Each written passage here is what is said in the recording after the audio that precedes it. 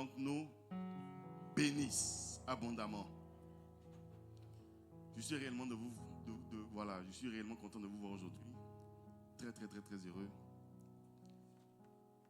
Je vois des visages et des visages et des visages. Que le Seigneur vous bénisse abondamment. Amen. Nous avons la grâce de Dieu ici. Alléluia. Que le Seigneur vous bénisse. Et ce matin, le Seigneur encore va nous faire du bien. Les semaines passées, nous avons été visités puissamment par notre Père et par notre Mère. Alléluia. Ils sont présentement à Abidjan. Amen. Et ils vous saluent. Alléluia. Ils vous aiment beaucoup. Donc le bishop Alenzo Namazou et maman Loretta Mazou vous aiment beaucoup. Amen. Donc ils vous saluent. Amen. Et nous avons été visités, nous avons été bénis. Les messages qui ont été relâchés, que ce soit pour le camp des fils,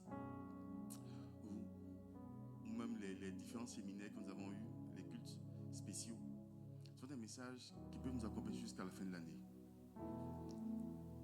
C'est un concentré de messages. Alléluia. Et chaque jour, quand je prends la Bible, quand je prends la parole, quand je prends le message, chaque jour, je me bénis par la parole. Je veux vraiment vous encourager à aller réécouter ces messages-là. Que ce soit ici à Ottawa ou à Montréal ou même à Gatineau, où les pères sont passés. Allez réécouter encore ces messages. Alléluia. Parce que Dieu ne fait jamais quelque chose au hasard. Il ne fait jamais rien pour rien. Alléluia. Il y a toujours quelque chose qui est réservé, qui est préparé pour toi. Et si tu as vraiment la présence d'esprit, de pouvoir catcher, de pouvoir aller chercher cette chose-là, tu seras béni. Amen. Et je crois que le Seigneur a fait pour te bénir. Amen. Et ce matin, nous allons parler pratiquement d'un peu ça. Mais c'est sous une autre forme. Amen. Et le thème de ce matin, c'est la provision de Dieu. Est-ce que tu peux dire provision de Dieu? La provision de Dieu. Dis encore plus fort. La provision de Dieu. Nous allons prendre notre texte de base dans Psaume 23, du verset 1 jusqu'au verset 6. Est-ce qu'on peut se mettre debout pour honorer la parole de Dieu? Oui. Donc, Psaume 23, verset 1 jusqu'au verset 6. En fait, c'est tout le chapitre, en fait. Psaume 23, cantique de David. L'Éternel est mon berger, je ne manquerai de rien. Il me fait reposer dans de verts pâturages, il me dirige près des eaux paisibles. Il restaure mon âme, il me conduit dans les sentiers de la justice à cause de son nom. Quand je marche dans la vallée de l'ombre de la mort, je ne crains aucun mal, car tu es avec moi. Ta houlette et ton bâton me rassurent. Tu dresses devant moi une table, en face de mes adversaires. Tu oins d'huile ma tête et ma coupe déborde. Oui, le bonheur et la grâce m'accompagneront tous les jours de ma vie, et j'habiterai dans la maison de l'Éternel jusqu'à la fin de mes jours. Amen. Amen. J'aimerais encore qu'on reprenne cela. Alléluia. Amen. Il faut vraiment qu'on reprenne cela. Amen. Gloire à Dieu. Amen. Encore une fois. Cantique, Est-ce qu'on peut le faire ensemble? Voilà, ensemble. 1, 2, let's go. L'Éternel est mon berger, je ne manquerai de rien. Il me fait reposer dans de verts pâturages. Il me dirige près des eaux paisibles. Il restaure mon âme. Il me conduit dans les sentiers de la justice à cause de son nom. Quand je marche dans la vallée de l'ombre de la mort, je ne crains aucun mal, car tu es avec moi. Ta houlette et ton bâton me rassurent. Tu dresses devant moi une table en face de mes adversaires. Tu oinduis ma tête et ma coupe déborde. Oui, le bonheur et la grâce m'accompagneront tous les jours de ma vie et j'habiterai dans la maison de l'Éternel jusqu'à la fin de mes jours. Amen, amen, amen, amen, amen. Nous pouvons nous asseoir au nom de Jésus. Vous savez, la provision de Dieu, pour moi, personnellement, pour moi, est concentrée dans ce passage ici. Pour moi, c'est le chapitre de la provision de Dieu. Que ce soit pour l'Église ou pour toute l'humanité. À celui qui arrive à cerner, à épouser cette parole, sera réellement béni et délivré. Alléluia. Et donc, la Bible dit que ce passage ici est un passage qui vient directement de David. C'est David qui a eu cette révélation. N'oublions pas que, par référence, le trône éternel, le nom de ce trône-là, qui a été donné à Jésus, c'est le trône de David. Alléluia. Et c'est comme si David était directement connecté au Père. Amen. Et donc, il faut avoir à l'esprit que ce verset ici, le premier verset, qui stipule que c'est David qui l'a dit. En fait, fait bien d'être là. On précise que ça vient de David. Alléluia. Et maintenant, qu'est-ce que David dit? Il dit, l'Éternel est mon berger. Il commence par là. Pourquoi est-ce que l'Éternel doit être son berger? Tout ce qui découle provient de ce premier verset. Alléluia. Pour tous ceux qui n'ont pas l'Éternel comme berger, c'est-à-dire, tous ces versets, toutes ces vérités ne peuvent pas prendre vie. Pour tous ceux qui n'ont pas l'Éternel comme berger, ces personnes-là ne pourront pas vivre les bénédictions et les grâces qui sont dans ce passage ici. Alors ce chapitre est en réalité fait pour tous ceux qui ont l'Éternel comme berger. Si tu n'as pas l'Éternel comme berger, il faut commencer à prier. Il faut que l'Éternel soit ton berger. Et quand tu regardes un peu le chapitre ici, quand tu regardes un peu tout ce qui a été dit, c'est comme s'il y a 2 ou 3 niveaux de connexion et de profondeur avec Dieu. Nous allons passer à travers. Alléluia. Il dit donc, l'Éternel est mon berger, je ne manquerai de rien. Parce que l'Éternel est mon berger. Je ne peux pas manquer de quelque chose. Ta provision est garantie quand l'Éternel est ton berger. Est-ce que tu peux répéter après moi? Ma provision est garantie. Car l'Éternel est mon berger. Il dit donc, je ne manquerai de rien. Donc, il me fait reposer dans de verts pâturages. Il me dirige près des eaux paisibles. Ce qu'on a remarqué, ce qu'on a voulu d'entendre ici, c'est que le Seigneur nous dirige toujours vers des eaux paisibles. Dans notre pensée, on pense toujours eaux paisibles. C'est bon. C'est très bon ça. Mais il y a une petite partie avant. C'est que c'est ton Dieu, c'est l'Éternel qui te dirige. Donc, si tu ne te laisses pas diriger, tu ne pourras jamais aller aux eaux paisibles. Et c'est ça le problème fondamental des enfants de Dieu. Parce qu'on a le cou raide. On refuse de nous laisser diriger et conduire par notre Dieu. On refuse. On refuse. Si tu dis, tu déclares que l'Éternel est ton berger, mais laisse-le te conduire. Laisse-le te diriger. Est-ce qu'on peut aller chercher notre diaconé, s'il vous plaît?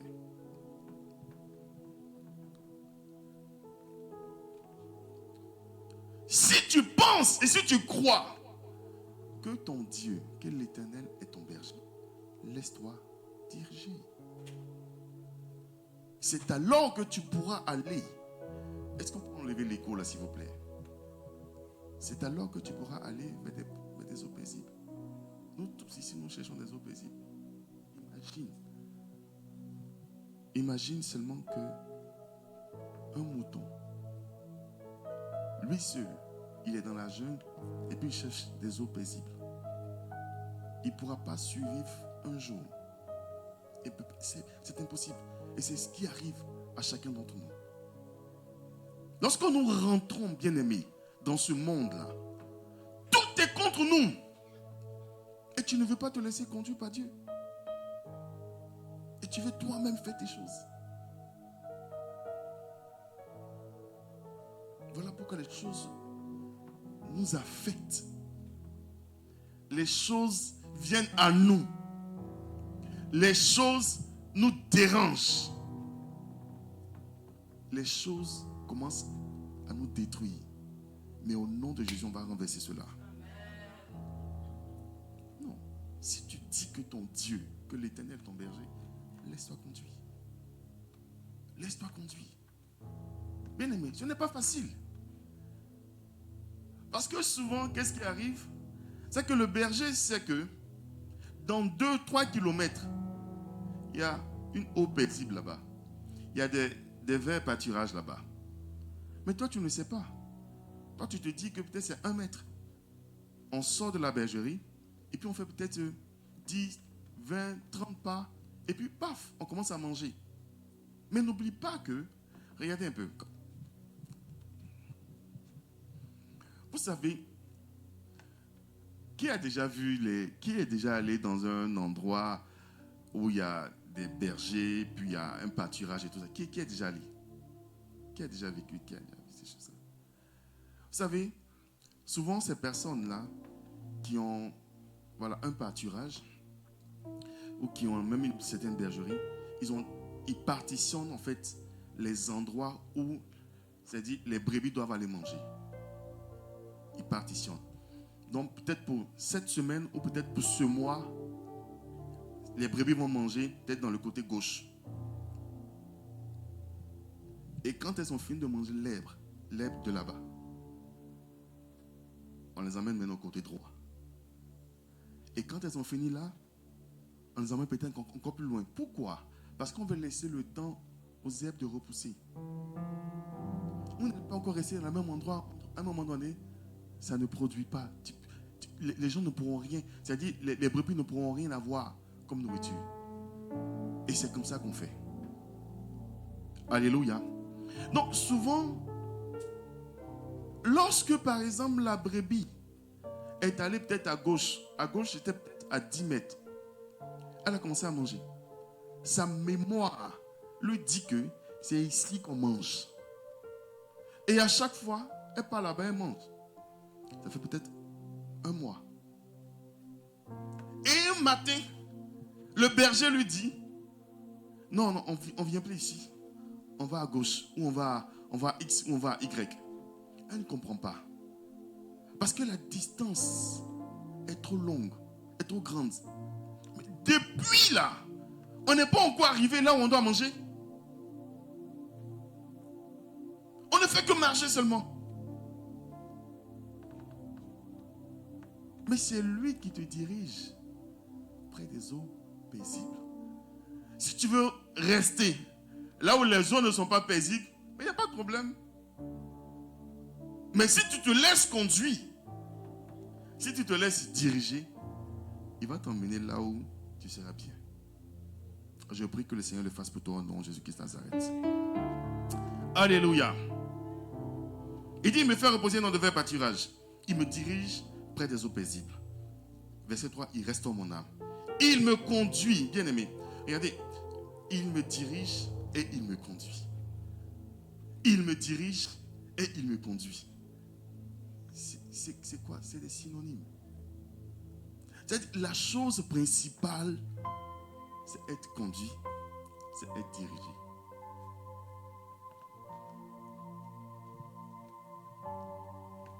Il me conduit, c'est-à-dire, il me conduit dans le sentier de la justice à cause de son nom. Et cette fois-ci, je suis dans l'introduction. On n'est pas encore dans le message. Je suis dans l'introduction. Il dit à cause de son nom. Qu'est-ce que ton Dieu veut te dire ici? Que tu n'as pas besoin d'avoir des qualifications. Tu n'as pas besoin d'être saint. Tu n'as pas de mérite. Ton Dieu te prend tel que tu es et il fait de toi ce qu'il veut. Parce que c'est son nom qui est valable.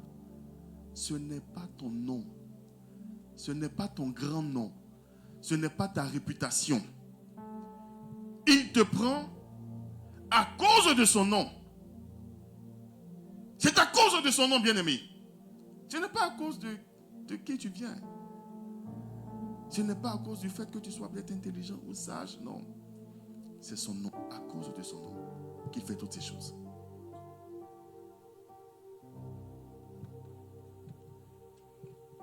Et maintenant il dit, verset 4, quand je marche dans la vallée de l'ombre de la mort, je ne crains aucun mal, car tu es avec moi. Regardez un peu ici. Dans la première partie, quand David parle, il dit il, l'Éternel, l'Éternel, il.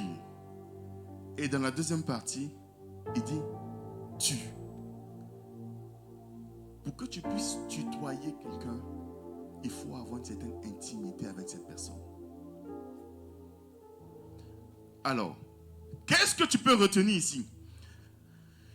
Verset 4. Quand je marche dans la vallée de l'ombre de la mort, c'est-à-dire, quand tu vas dans un environnement assez deep, assez profond, où tu sens que tu dois même mourir, c'est en ce moment-là que tu dois avoir une certaine intimité avec ton Dieu. Quand tu vois que c'est fini, il n'y a plus de solution, bien-aimé. C'est en ce moment que tu dois avoir cette intimité au point de tutoyer ton Dieu. Quand tu tutoies quelqu'un, ça veut dire que tu connais cette personne. Et c'est que cette personne te connaît. Et c'est ce que ton Dieu veut. Ce n'est pas quand les problèmes arrivent à te dépasser que tu dis non, ce n'est pas la bonne chose, je m'en vais. Non, tu ne peux pas faire ça. Tu dois entrer dans les profondeurs pour que tu puisses être capable de tutoyer ton Dieu. Il dit, quand je marche dans la vallée de l'ombre de la mort, je ne crains aucun mal, car tu es avec moi. Il faut que tu arrives à le dire au moins une fois dans ta vie. Il faut que tu arrives à le faire. Il dit, je ne crains aucun mal, car tu es avec moi. Ta houlette et ton bâton me rassurent. Il dit, tu dresses devant moi une table en face de mes adversaires. Tu oins d'huile ma tête et ma coupe déborde. Oui, le bonheur et la grâce m'accompagneront tous les jours de ma vie et j'habiterai dans la maison de l'Éternel jusqu'à la fin de mes jours. Alléluia. Je passe rapidement dessus parce que c'est juste l'introduction. Il faut que tu comprennes cela. Il faut vraiment que tu comprennes cela. Lorsque les choses arrivent à te presser et à t'oppresser, c'est le ding ding ding qui te dit tu dois commencer à tutoyer ton Dieu. Tu ne dois pas fuir. Tu ne dois pas faire comme Adam. Quand il a réalisé que c'était chaud sur lui, il allait se cacher.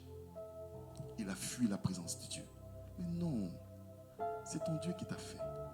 C'est ton Dieu qui t'a créé. Et il t'envoie sur la terre. Et il t'envoie dans le monde comme des agneaux, c'est-à-dire chez des loups.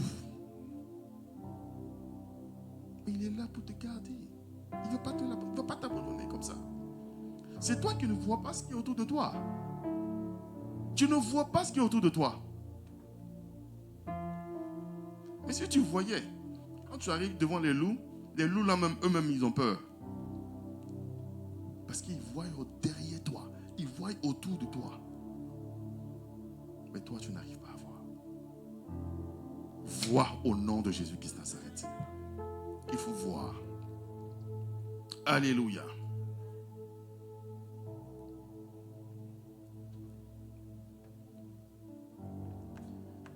David a commencé à parler comme ça parce qu'il a commencé à opérer dans une certaine dimension.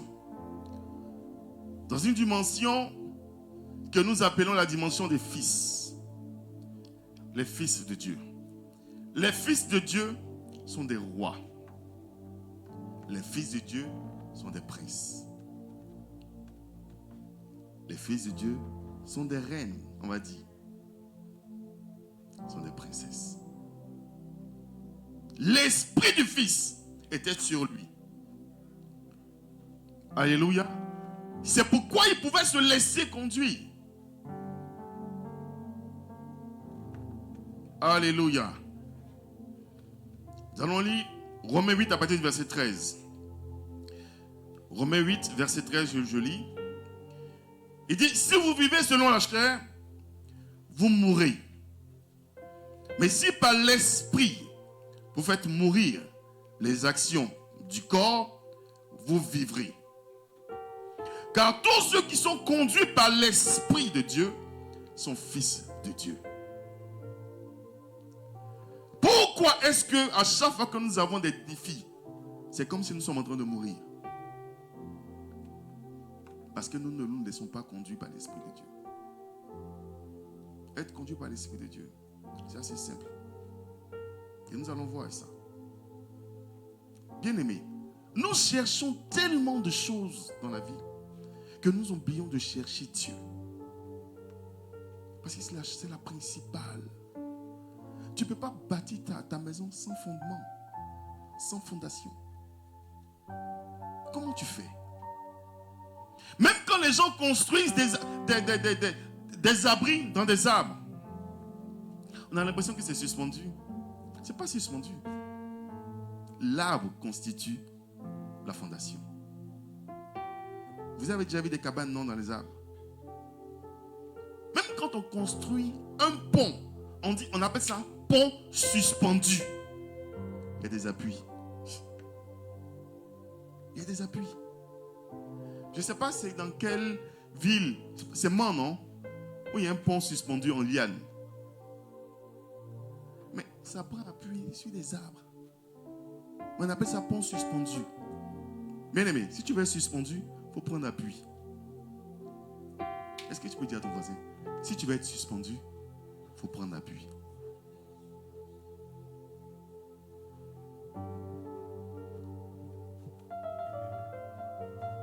Nous ne voulons pas prendre appui sur notre Dieu et nous pensons que nous allons réussir.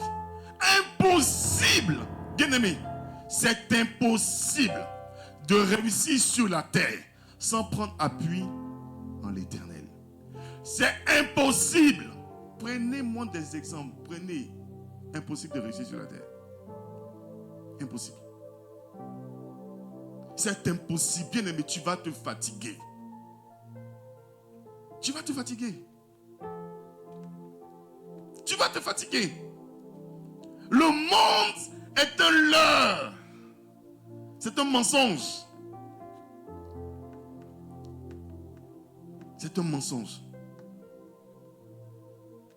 Le véritable appui, c'est en l'Éternel et c'est dans l'Église. En dehors de Dieu et en dehors de l'Église, il n'y a aucun autre appui. Tu vas juste courir et tu vas te fatiguer. Tu vas tourner en rond. Mais regardez un peu, bien-aimés. Les gens du monde qu'on adulait et qu'on continue même d'aduler. Apparemment, ces personnes avaient réussi. Mais c'est quand elles meurent, on se rend compte que ce n'était pas une réussite. Et dernièrement, je regardais une vidéo.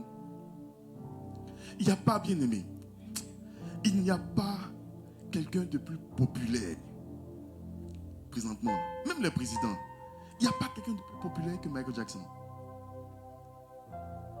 Est-ce que vous réalisez? Il n'y a pas quelqu'un présentement dans le monde. Même si vous partez, vous allez en Chine. Vous allez voir, il y a un imitateur de Michael Jackson. Vous partez en Côte d'Ivoire ou dans toute l'Afrique. Vous allez voir des imitateurs de Michael Jackson. Si vous partez, même si vous partez en Russie, en Europe, on ne parle même pas. Vous allez voir des imitateurs de Michael Jackson. Si vous partez, même dans le Moyen-Orient, vous allez trouver des imitateurs de Michael Jackson. Maintenant, si vous partez en Amérique latine, là même c'est... Ouais. Vous allez trouver des imitateurs de Michael Jackson. Donc, apparemment, c'est comme si ce monsieur a réussi sa vie. Mais nous tous, on sait comment est-ce qu'il est mort. Comment est-ce que ça s'est passé. Mais jusqu'à présent, et des personnes qui n'ont même pas connu dans son vivant, ces personnes sont en train de danser comme si, voilà. Bien aimé, il n'y a pas de vie véritable en dehors du Seigneur Jésus. Il n'y a pas de vie. Il n'y a pas de vie véritable si vous ne prenez pas appui en l'Éternel. Si vous ne prenez pas appui dans l'Église, il n'y a pas de vie. Certes, bien-aimé, dans l'Église, la marche chrétienne n'est pas une marche aisée, c'est pas une marche facile. C'est pas une marche facile. Parce que nous avons quelqu'un qui s'oppose à nous. Nous avons quelqu'un qui manigance des choses, qui planifie des choses pour nous détruire. C'est pourquoi c'est pas facile. Sinon, ça va être trop facile. Mais malgré cela, ton Dieu te dit que tu es déjà vainqueur. C'est pourquoi il te dit que tu es plus que vainqueur. Quelle garantie? Quelle garantie? Qu'est-ce que tu vas chercher encore ailleurs? C'est un mensonge. Demande à ton voisin. Qu'est-ce que tu vas chercher encore ailleurs? Pose-lui la question. Tu vas chercher quoi encore ailleurs? Il n'y a pas d'autre solution. Il n'y a pas d'autre solution. Il n'y a pas d'autre solution, bien aimé. Il n'y a pas d'autre solution. Il n'y a pas d'autre solution. Bien aimé, il n'y a pas d'autre solution que Jésus, que l'Éternel, que l'Église. Il n'y a pas d'autre solution. Il n'y a pas. Ils vous mentent. Il n'y a pas. C'est sûr que ce n'est pas facile. Il vaut mieux rester dans l'équipe qui gagne. Reste dans l'équipe qui gagne. Vous allez gagner. Présentement, nous sommes en train de jouer le match. Oui, c'est pas facile. On a mal aux pieds, on nous tacle un peu, ça fait un peu. Oui, mais on va gagner. Tu vas gagner. Tu vas gagner. Tu vas gagner. Il dit, si vous vivez selon la chair, vous mourrez. Mais si par l'esprit vous faites mourir les actions du corps, vous vivrez. Car tous ceux qui sont conduits par l'esprit de Dieu, sont fils de Dieu. Et il dit, verset 15, donc c'est Romains 8 à partir du verset 15, et vous n'avez point reçu un esprit de servitude pour être encore dans la crainte.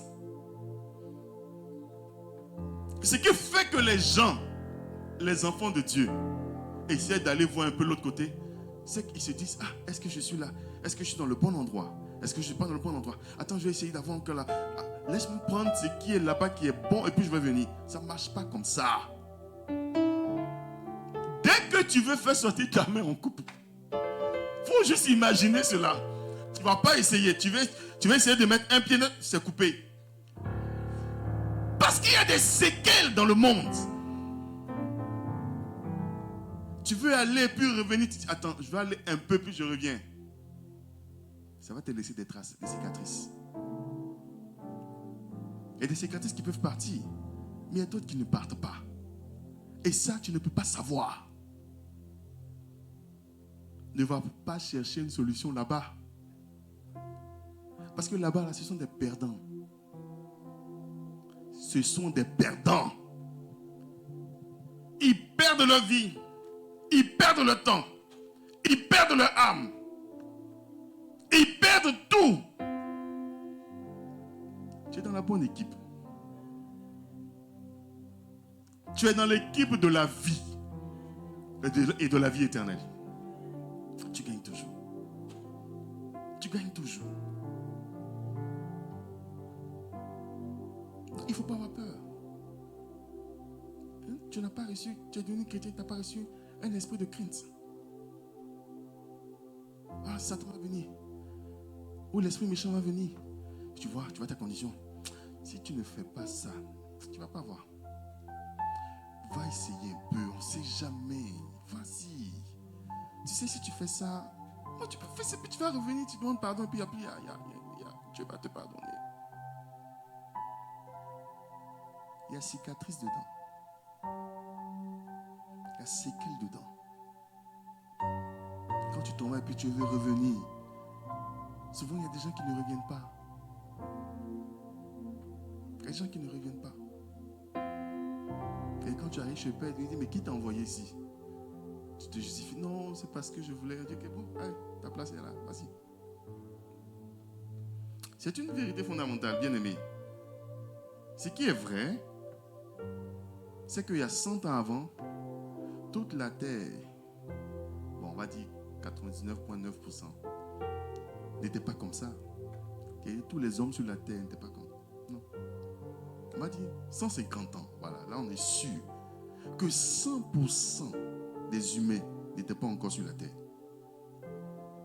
Mais 150 ans là, c'est récent. Ça veut dire dans 150 ans, nous tous on part. C'est une autre génération. C'est une vérité.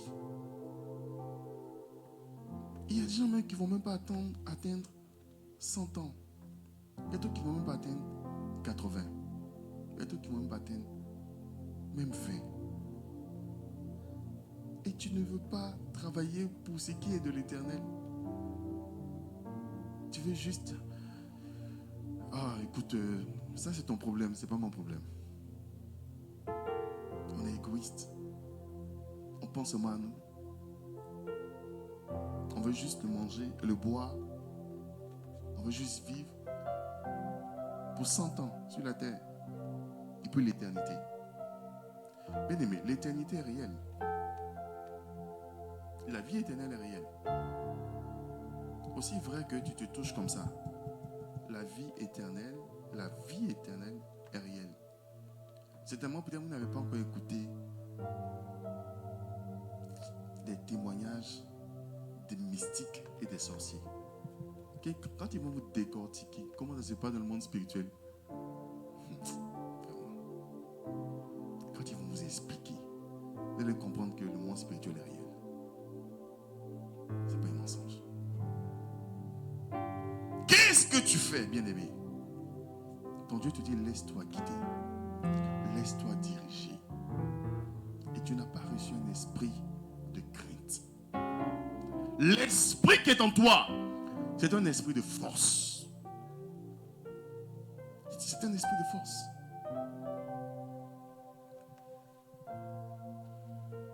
Il dit, mais vous avez reçu un esprit d'adoption par lequel nous crions Abba Père. Alléluia. Un enfant de Dieu, un fils véritable de Dieu, est celui-là qui se laisse conduire par le Saint-Esprit. Est celui-là qui fonctionne comme le vent. En réalité, c'est comme s'il n'a plus de volonté propre à lui-même. Sa volonté devient la volonté de Dieu. Ou du moins, la volonté de Dieu devient sa propre volonté. Et c'est ce qui s'est passé avec Jésus. Je parlais un peu avec maman Rachel. sur quelque chose qui s'est passé à Gethsémane, bien-aimé. Et puis on essayait de comprendre. On essayait d'imaginer un peu la circonstance. Pourquoi est-ce que Jésus dit, non, Seigneur, est-ce que tu ne peux pas changer cette coupe-là? Pourquoi est-ce que Jésus dit ça? Parce que c'était chaud. Lorsqu'il est parti prier, il ne partait pas prier pour avoir de la force. Il partait prier pour se préparer. Mais en se préparant, ça c'est moi qui paraphrase maintenant. En se préparant, le Père lui fait voir ce par quoi il va passer. Et quand tu vois tout ça, il dit, aïe, je vais recevoir toutes ces douleurs. Et puis le Père dit, oui, tu vas recevoir tout ça. Et maintenant il pose la question, est-ce qu'on ne peut pas changer? Le Père dit, non, on ne change pas. Parce qu'il faut que tu reçoives toute la douleur de l'humanité. La Bible dit qu'il a prié 3 fois. Ça veut dire qu'il a insisté. Il a insisté. Le Père dit, niet. C'est ça ou rien. Alors, étant donc le Fils, il dit, non pas ma volonté, mais ta volonté. Bien-aimé, si tu n'arrives pas à prendre la volonté de Dieu et à faire de cette volonté ta volonté, tu ne peux pas être fils. Tu seras juste enfant. Et si tu es enfant, des gens vont gérer tes biens. Seuls les fils prennent la volonté de Dieu et ils font de cette volonté-là leur volonté. Et mais c'est ça qui est expliqué dans ce passage ici qu'on va lire. Alléluia. Donc, Jean 3, à partir du verset 8.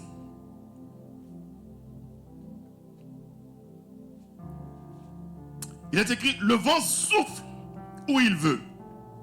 Et tu entends le bruit. Mais tu ne sais d'où il vient, ni où il va. Alléluia. Non, je réponds encore. Le vent souffle où il veut. Et tu entends le bruit, mais tu ne sais pas d'où. Tu ne sais plutôt d'où il vient, ni où il va. Il dit, il en a ainsi de tout homme qui est né de l'esprit. Lorsque Dieu t'emmène quelque part, tu ne sais pas où il t'emmène. Et c'est ça là que les gens ne veulent pas vivre. Il te dit encore, tu n'as pas reçu un esprit de crainte. Tu ne dois pas avoir peur.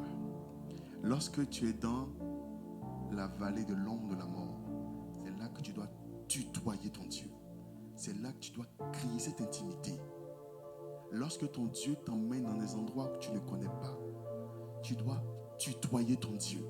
Tu dois rentrer dans une certaine intimité. Parce qu'il doit être capable de te conduire sans que tu puisses attirer des loups, sans que tu puisses parler, sans que tu puisses pleurer, sans que tu puisses te morfondre, sans que tu puisses te plaindre. Il faut que tu le fasses. Il faut que tu arrives à le faire. Il faut que tu arrives à le faire. Il faut que tu arrives à le faire, bien-aimé.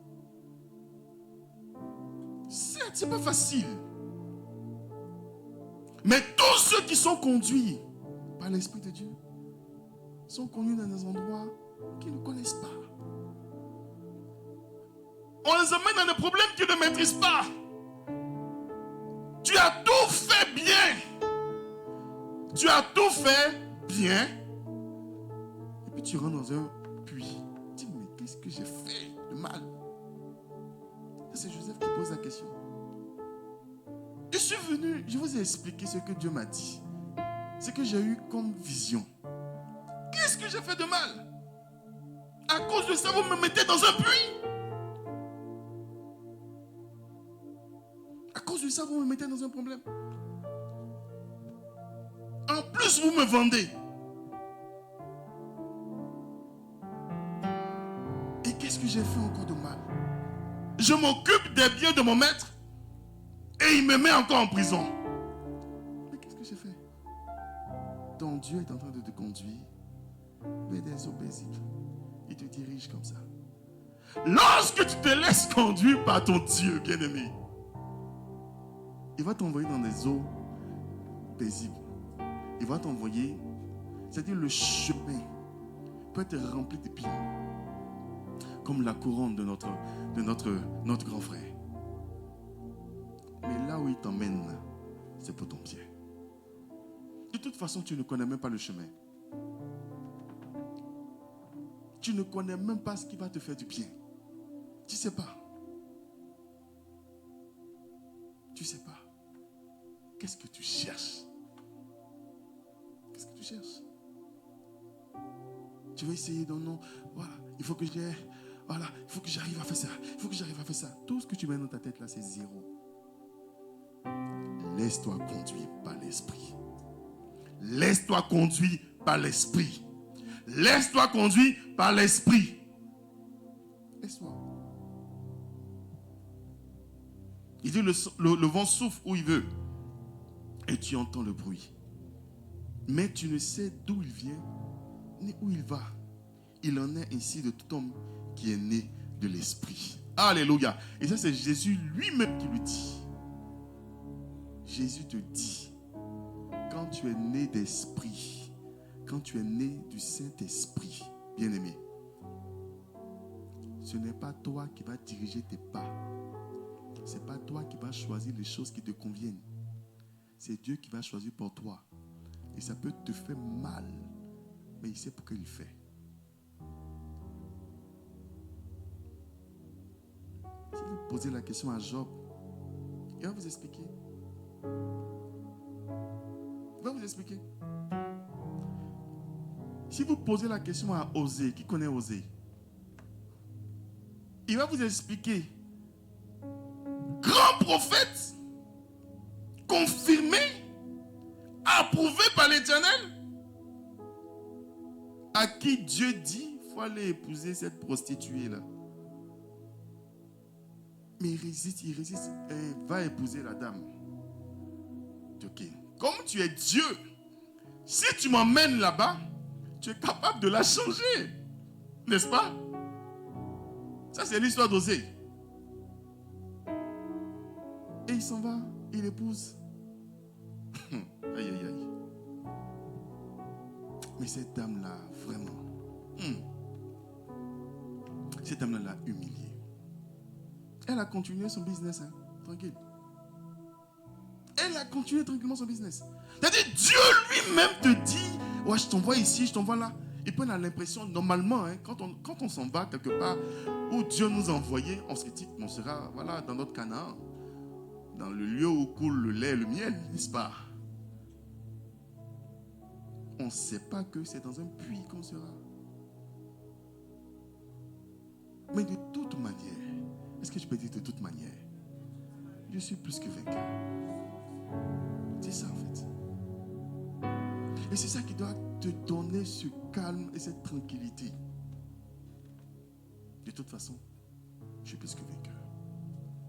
Je suis plus que vainqueur. Je suis plus que vainqueur. Laisse-toi guider par l'Esprit de Dieu.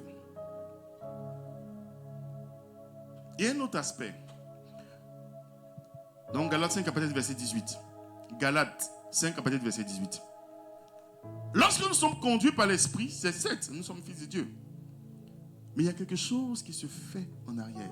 Il y a un mystère. Galates 5, verset 18. Il dit, si vous êtes conduits par l'Esprit, vous n'êtes point sous la loi. Oh, j'aime trop ce verset-là. Si vous êtes conduits par l'Esprit, vous n'êtes point sous la loi. La loi est faite pour condamner.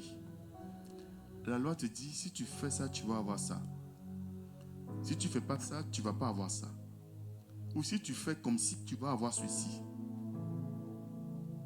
Maintenant, ton Dieu te dit que lorsque tu es conduit par l'Esprit, tu n'es plus sous cette loi-là. C'est pourquoi la Bible dit que c'est à cause de son nom que nous sommes ce que nous sommes. C'est à cause de son nom que nous avons ce que nous avons. C'est à cause de son nom que nous devenons ce que nous devons devenir. Est-ce que vous me suivez un peu? Il n'y a aucun mérite. Je le reprends. Il n'y a aucun mérite. Alors, lorsque tu es conduit donc par l'Esprit de Dieu, toutes les lois qui condamnent, toutes les lois qui te limitent, toutes les lois qui t'empêchent, tu es au-dessus de ça. Donc, en réalité, les règles des hommes, c'est pas ton. Ça fait même pas partie de ton environnement, de ton vocabulaire, de ta juridiction, ça fait pas partie de toi. Ça fait pas partie de ton univers. C'est pourquoi Jésus pouvait faire des choses extraordinaires. Parce qu'il n'était pas sous la loi. Est-ce que vous me suivez un peu? Tous ceux qui sont conduits par l'Esprit ne sont plus sous la loi. Donc, les choses qui devaient normalement te bloquer parce que tu ne t'es pas qualifié ne pourront pas te bloquer parce que tu n'es pas sous cette loi-là. Et les gens vont se dire, mais depuis l'on me parle, depuis l'on me dit ça, mais je n'expérimente pas. Peut-être que tu es dans le trou, peut-être que tu es dans le puits, peut-être que tu es encore en prison, peut-être que tu es encore peut-être dans le ventre de la baleine ou du poisson. Être dans le ventre d'un poisson est dû à une désobéissance. Mais lorsque tu es dans le puits, c'est une épreuve, ou du moins, c'est le chemin. Mais qui sait? Qui sait ça? Dieu seul sait.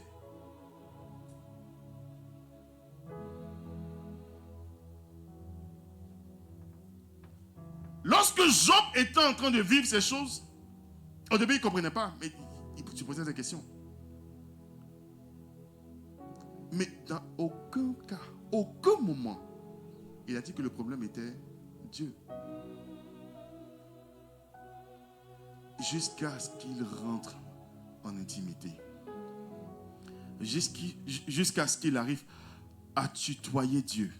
Il a commencé à poser des questions maintenant au Seigneur. Il a commencé à dire certaines choses. Et Dieu maintenant lui révèle. Dieu maintenant lui explique certaines choses. Il dit, ah, d'accord. Donc quand j'étais assis là, Satan était allé te voir là-bas. Et puis c'est lui qui t'a dit ceci. Et puis c'est ce que vous avez fait. Ah, d'accord. Tant que tu ne tutoies pas ton Dieu, lorsque tu te trouves dans la vallée de l'ombre de la mort, c'est compliqué pour toi. Il ne peut pas t'expliquer. Il ne peut pas te faire sortir du puits. Il ne peut pas te faire sortir des choses. Il faut que tu arrives à tutoyer. On ne tutoie pas Dieu en dehors de l'église. Ça ne marche pas. Quand les gens disent non, attends, je vais me retirer un peu pour aller. Ça ne marche pas. Dieu se trouve où? À l'église. Ton Dieu ne se trouve pas en dehors de l'église. Est-ce que tu peux dire à quelqu'un? Mon Dieu ne se trouve pas en dehors de l'église.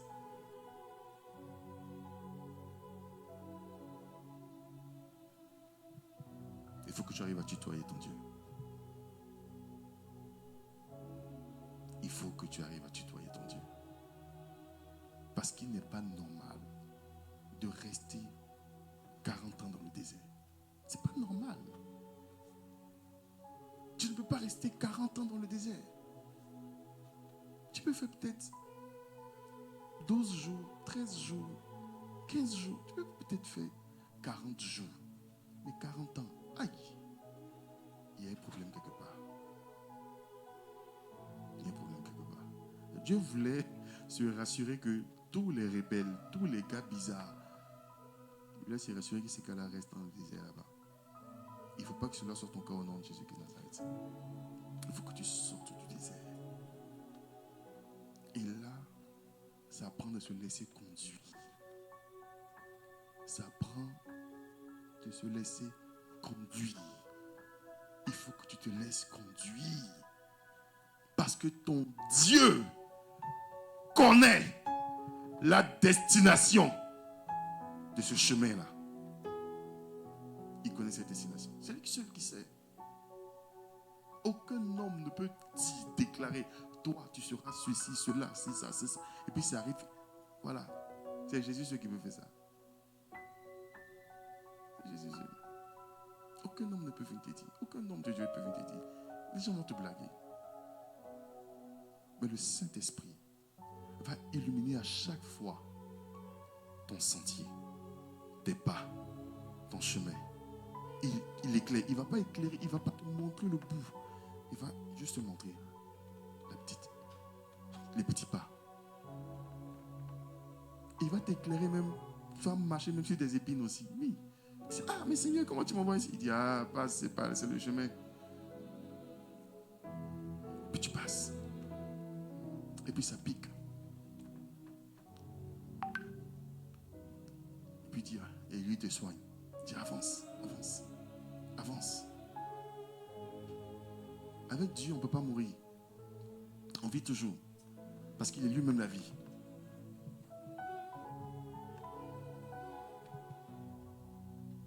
Tu n'es plus sous la loi. Tu n'es plus sous la loi. Tout ce que les gens vont donner comme critère, tout ce que les gens vont donner comme... Non. Quand tu arrives, tu dis, Seigneur, on fait comment? Non, lève-toi et puis fais comme ça.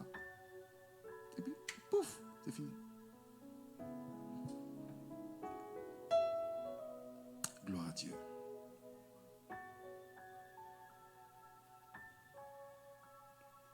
Lorsque tu n'es plus sous la loi, je pense que je n'avais pas dit ça déjà ici, tu es sur un autre domaine de justice, la justice de Dieu. Alléluia. Et donc, le Seigneur nous fait marcher dans un chemin qu'on appelle la justice de Dieu.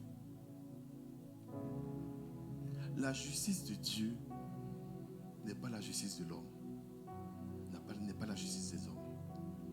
Cette justice-là peut même être en griffe injuste pour les dieux, plutôt pour les hommes. Cette justice-là peut être bizarre. Et quelqu'un qui vient, qui a été mandaté pour tuer des chrétiens, pour faire du mal aux chrétiens, et c'est lui que Dieu lui utilise pour faire du bien aux chrétiens. C'est bizarre. Ça, c'est la justice de Dieu. Quelqu'un qui vient, qui assassine des gens, des bébés, des nouveau-nés, il tue tout le monde. Et Dieu l'utilise pour faire du bien après. C'est la justice de Dieu. La justice de Dieu dépasse toujours l'intelligence humaine. En Proverbe 8, à partir du verset 20, il dit, je marche dans le chemin de la justice, au milieu des sentiers de la droiture. Et Proverbe 4, à partir du verset 18, dit, le sentier des justes est comme la lumière resplendissante, dont l'éclat va croissant jusqu'au milieu du jour. Waouh! Tu es un enfant de Dieu, tu es un fils de Dieu, marche dans le chemin de la justice. Marche. Et ce chemin-là, c'est un chemin qui est poussé par l'Esprit. Le Saint-Esprit te pousse, il te conduit, il t'emmène vers de verts pâturages, des eaux paisibles. Il t'emmène. Tu peux tomber dans un trou. Il dit, ok, allez, sors de là. Tu peux passer par un désert. Ok, on passe, c'est le chemin le plus court. Ça, le chemin de la justice de Dieu, le sentier de la justice. Ce qui est intéressant, c'est qu'il y a toujours la lumière là pour t'éclairer. Dieu va toujours t'éclairer. Pourquoi est-ce qu'on dit... Je reprends rapidement ici. Il dit, le Proverbe 4, verset 18, il dit, le sentier des justes est comme la lumière resplendissante dont l'éclat va croissant jusqu'au milieu du jour. Pourquoi est-ce que c'est comme ça? C'est que lorsque ton Dieu te conduit, tu vois toujours une lumière. Tu avances. J'ai expliqué ça tantôt. Tu vois toujours une petite lumière. C'est-à-dire qu'il y a toujours une possibilité de solution. Il y a toujours quelque chose qui va éclairer ta vie. Il y a toujours quelque chose. Quand tu restes, tout est ténèbres. Et puis, tu vois loin, il y a une petite lumière. Tu dis, attends, je vais suivre cette lumière. C'est vraiment ce que ton Dieu veut faire avec toi. Et c'est ce qu'il a commencé de faire. On se met debout, on va prier. Tu vas prier. Tu dis, Seigneur, tu peux répéter après moi. Seigneur, encore plus fort. Seigneur, au nom de Jésus, conduis-moi. Car j'ai compris que je suis un fils. Au nom de Jésus, conduis-moi vers les sentiers de la vie, les chemins de ta justice. Là où se trouve la lumière, ta lumière qui resplendit ma vie. Je prie au nom de Jésus que tout ce qui veut m'empêcher, tout ce qui veut me bloquer, tout ce qui veut s'opposer à ma croissance, tombe ce matin dans le nom de Jésus. Tout ce qui s'oppose à ma délivrance, à la vie spirituelle, la vie abondante, la vie de prospérité, tombe au nom de Jésus. Tout ce qui s'oppose à ma guérison et à ma croissance, tombe au nom de Jésus. Je marche avec toi et toi avec moi. Je marche avec toi et toi avec moi. Je réussis, je prospère, je suis entendu et je suis exaucé au nom de Jésus. Élève la voix et prie maintenant. Manda sadabasa. Lika na brasa katamaba. Les shono kabababas. Lika na na na na na na na na. Lomba na basa katama. Seigneur, nous n'avons que toi, Adonai. Nous n'avons que toi, Jésus. Je n'ai que toi. Oh, Sakata. Je ne peux pas m'appuyer sur un homme. Car les hommes sont faillibles. Les hommes sont faillibles. Les hommes sont changeants. Je m'appuie sur toi, éternel Dieu. Toi qui es le rocher, toi qui ne changes pas. Toi dont la parole donne la vie. Toi qui transformes, Père. Je m'appuie sur toi. Et je me laisse conduire, Seigneur, par toi. Parce que tu connais les meilleures choses pour moi. Tout ce qui est bon pour moi se trouve dans ta main. Se trouve chez toi. Dans le nom de Jésus. Je bénis ton nom, Seigneur. Parce que tu arroses mon œuvre. Parce que tu arroses ma vie. Parce que tu arroses ton œuvre. Parce que tu arroses ma vie. Parce que tu arroses mon peuple. Parce que tu arroses, Seigneur, tes enfants. Tu m'as conduit, Seigneur, par ton esprit. Seigneur, au nom de Jésus, Seigneur, que je ne suis plus sous aucune loi. Les lois humaines. Je ne suis pas conduit par ces lois. Je ne dépends pas de l'intelligence. Je ne dépends pas du soutien. Je dépends du soutien de Dieu. Je dépends de l'aide de Dieu. Je dépends de sa présence. Je dépends de son esprit. Je dépends de sa puissance. Je dépends de lui. Ma vie dépend de lui. Tout ce qui est en moi dépend de lui. Tout ce qui est en moi dépend de lui. Tout ce qui est en moi dépend de lui. Ma vie est à lui. Mon souvenir est à lui. Quand je marche en l'ombre de la vallée de la mort, je ne crains aucun mal. Parce que tu es avec moi. Ta houlette et ton bâton me rassurent. Tu dresses ta table en face de mes adversaires. Tu inclines ma tête, ma coupe et mes bords. Oui, le bonheur et la grâce m'accompagneront tous les jours de ma vie. Tous les jours. mon existence, tous les jours que je respire, tous les jours que je marche, tous les jours que je suis sur cette terre, jusqu'à la fin de mes jours. Alléluia. Merci Seigneur.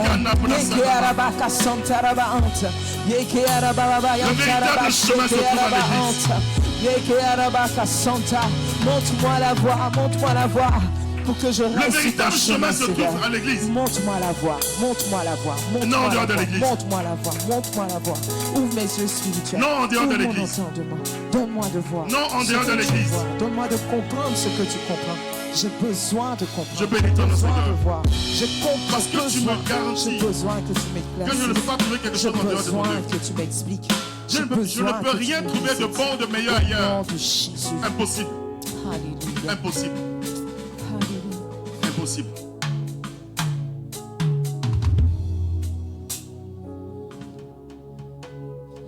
Voici ta parole. L'Éternel dit, par le bien d'Ésaïe 42 à partir du verset 16, il dit, je ferai marcher les aveugles sur le chemin qu'ils ne connaissent pas. Je ferai marcher les aveugles sur un chemin qu'ils ne connaissent pas. Je les conduirai par des sentiers qu'ils ignorent. Je changerai devant eux les ténèbres en lumière et les endroits tortueux en plaine. Voilà ce que je ferai et je ne les abandonnerai point. Ton Dieu ne va pas t'abandonner.